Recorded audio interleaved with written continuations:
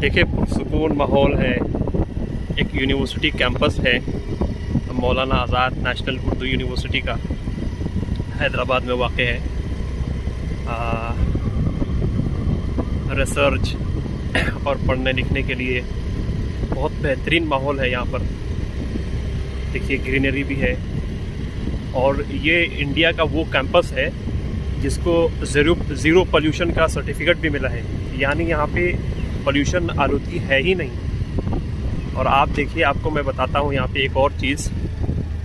ये देखिए इसका एंट्रेंस गेट लगा हुआ है, गेट पे इसका नाम लगा हुआ है, और इसको A+ सर्टिफिकेट भी मिला है NAAC की तरफ से।